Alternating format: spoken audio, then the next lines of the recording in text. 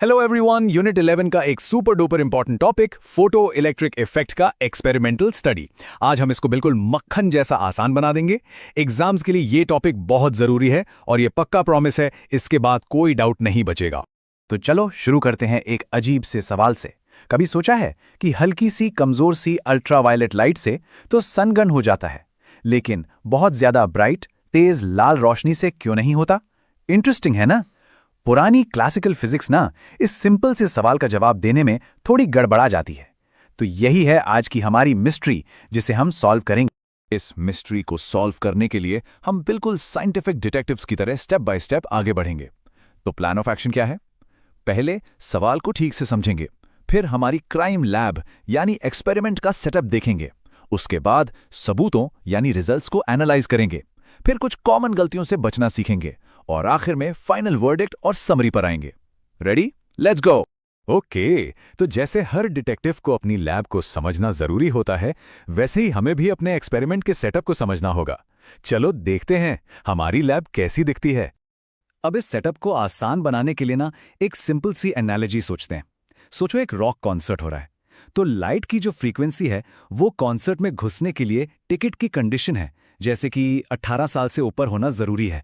और लाइट की इंटेंसिटी वो है कॉन्सर्ट में घुसने की कोशिश कर रही भीड़। जितनी ज्यादा भीड़ उतनी ज्यादा इंटेंसिटी। सिंपल। अब देखो असली सेटअप। एक खाली ट्यूब है जिसमें लाइट एक मेटल प्लेट पर गिरती है, जिसे कहते हैं कैथोड। ये कैथोड हमारे कॉन्सर्ट का गेट है। लाइट पड़ते ही इस गेट से इलेक्ट्रॉन्स बाहर निकलते हैं। सामने एक और प्लेट है एनोड, जो इन निकले हुए इलेक्ट्रॉन्स को कैच करती है, जिससे सर्किट में एक फोटो इलेक्ट्रिक करंट दौड़ने लगता है। और हाँ, एक वोल्टेज सोर्स भी है जो सिक्योरिटी गार्ड की तरह इन भागते हुए इलेक्ट्रॉन्स को रोक भी सकता है। चलो, लैब सेट हो गई। अब वक्त है सबूतों को यानी क्लूज को एक एक करके जांचने का। देखते हैं कि ये एक्सपेरिमेंट हमें क्या क्या बताता है।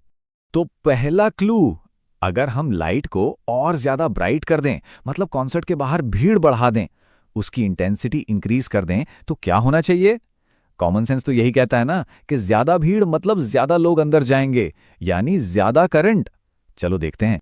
और देखो, डेटा बिल्कुल वही कहता है जो हम सोच रहे थे। जैसे जैसे लाइट की इंटेंसिटी बढ़ाते हैं, 10 से 20, 20 से 30, वैसे वैसे फोटो इलेक्ट्रिक करंट भी बढ़ता है। 5 से 10, 10 से 15। बिल्कुल सीधा साधा रिश्ता है। इंटेंसिटी डबल तो करंट भी डबल। परफेक्ट। तो पहले क्लू का कंक्लूजन तो बड़ा सिंपल है। ज्यादा इंटेंसिटी मतलब लाइट के ज्यादा पार्टिकल्स, जिनको हम फोटॉन्स कहते हैं, मेटल से टकरा रहे हैं, और ज्यादा फोटॉन्स ज्यादा इलेक्ट्रॉन्स को बाहर निकाल रहे हैं। इसीलिए फोटो इलेक्ट्रिक करंट बढ़ रहा है। लेकिन स्टोरी में एक ट्विस्ट है। इससे हमारी मिस्ट्री सॉल्व नहीं हुई। क्यों? क्योंकि ये बात तो पुरानी वेव थ्योरी भी मानती थी। तो असली कल्प्रिट कौन है? अब आते हैं असली सवाल पर। Clue number 2। क्या ज्यादा ब्राइट लाइट से निकलने वाले इलेक्ट्रॉन्स ज्यादा तेजी से भागते हैं? मतलब क्या उनकी काइनेटिक एनर्जी ज्यादा होती है? सोचो, कॉन्सर्ट के बाहर ज्यादा भीड़ होने से क्या लोग ज्यादा एनर्जी से दौड़ेंगे? और यहां बूम, फिजिक्स की पुरानी वेव थ्योरी बुरी तरह फेल हो जाती है। सोचो, वेव थ्योरी कहती थी कि ज्यादा ब्राइट लाइट मतलब ज्यादा एनर्जी, तो इलेक्ट्रॉन्स को रॉकेट की तरह तेजी से निकलना चाहिए। लेकिन एक्सपेरिमेंट का रिजल्ट बिल्कुल उल्टा। एक्सपेरिमेंट ने साफ दिखाया कि इलेक्ट्रॉन की रफ्तार का लाइट के ब्राइटनेस से दूर दूर तक कोई लेना देना नहीं है। यह फिजिक्स की दुनिया के लिए एक बहुत बड़ा शॉक था। तो सवाल यह है कि इन इलेक्ट्रॉन्स की मैक्सिमम स्पीड हम नापते कैसे हैं? इसके लिए हम यूज करते हैं एक चीज जिसका नाम है स्टॉपिंग पोटेंशियल। सोचो, हम सामने से एक ब्रेकिंग फोर्स लगा रहे हैं। हम एनोड पर इतना नेगेटिव वोल्टेज लगाते हैं कि वो सबसे फास्ट भागने वाले इलेक्ट्रॉन को भी आकर रोक दे। इसलिए जितना ज्यादा स्टॉपिंग पोटेंशियल मतलब इलेक्ट्रॉन, उतनी ही ज्यादा काइनेटिक एनर्जी से आ रहा था। सिंपल सा फॉर्मूला है ke max = E × Vs। Okay, तो ब्राइटनेस का गेम तो समझ आ गया। अब आते हैं आखिरी और सबसे इंपॉर्टेंट क्लू पर। अगर ब्राइटनेस से फर्क नहीं पड़ता, तो क्या लाइट के कलर यानी उसकी फ्रीक्वेंसी से फर्क पड़ता है? मतलब क्या कॉन्सर्ट में घुसने वाले की एनर्जी इस बात पे डिपेंड करती है कि उसके पास वीआईपी टिकट है या नॉर्मल टिकट? और इस पजल को सॉल्व करने के लिए आए द ग्रेट एल्बर्ट आइंस्टाइन। उन्होंने कहा, लाइट एनर्जी के छोटे छोटे पैकेट्स यानी फोटॉन से बनी है। अब इसको एक सिंपल बजट की तरह सोचो। हर फोटॉन h nu एक इलेक्ट्रॉन को कुछ एनर्जी देता है। उस एनर्जी का कुछ हिस्सा, जिसे हम वर्क फंक्शन W कहते हैं, मेटल से बाहर निकलने का टोल टैक्स देने में खर्च हो जाता है। और जो बची हुई एनर्जी है वो इलेक्ट्रॉन की दौड़ने की एनर्जी यानी मैक्सिमम काइनेटिक एनर्जी बन जाती है। और कमाल की बात यह है कि जब इस आइडिया को एक्सपेरिमेंट में टेस्ट किया गया ना, तो रिजल्ट्स ने सबको हिला के रख दिया। डेटा बिल्कुल साफ दिखाता है। जैसे जैसे हम लाइट की फ्रीक्वेंसी बढ़ाते हैं, यानी लाइट का कलर बदलते हैं, वैसे वैसे इलेक्ट्रॉन्स की मैक्सिमम काइनेटिक एनर्जी भी बढ़ती जाती है। एकदम परफेक्ट मैच। जैसा आइंस्टाइन ने सोचा था बिल्कुल वैसा ही। और फिर जब इस डेटा का ग्राफ बनाया गया तो क्या मिला पता है? एक बिल्कुल सीधी परफेक्ट स्ट्रेट लाइन। फिजिक्स में ना स्ट्रेट लाइन मिलने का मतलब है जैकपॉट। इसका मतलब है कि आपने कोई फंडामेंटल लॉ, कोई गहरा राज पकड़ लिया है।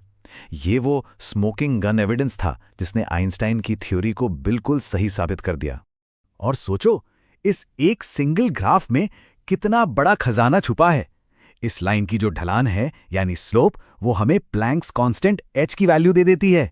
जहां ये लाइन x एक्सिस को काटती है वो है थ्रेशोल्ड फ्रीक्वेंसी यानी कॉन्सेप्ट में घुसने की minimum age requirement.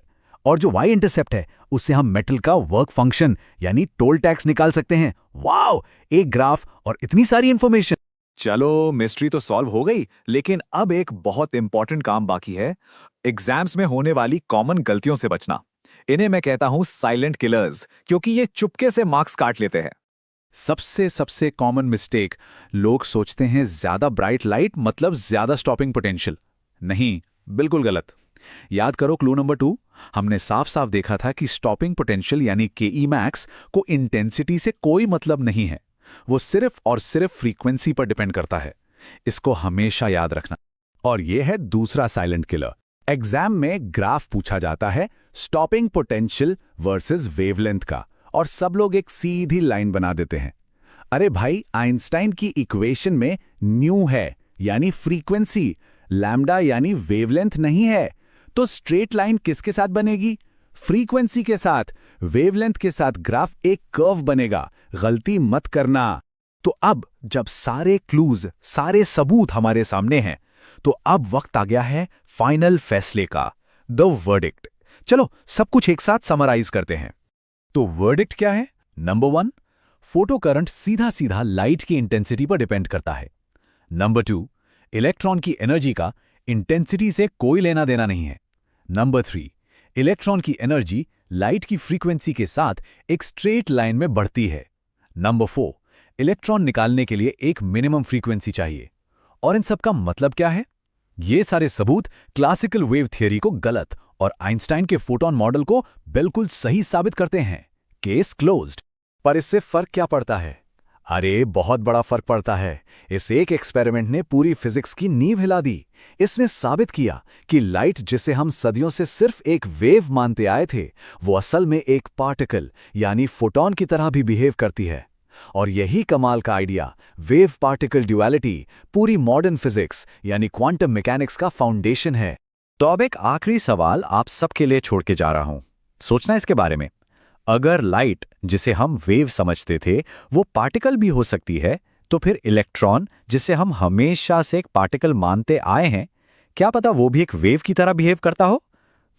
Interesting thought, right? इसके बारे में जरूर सोचना।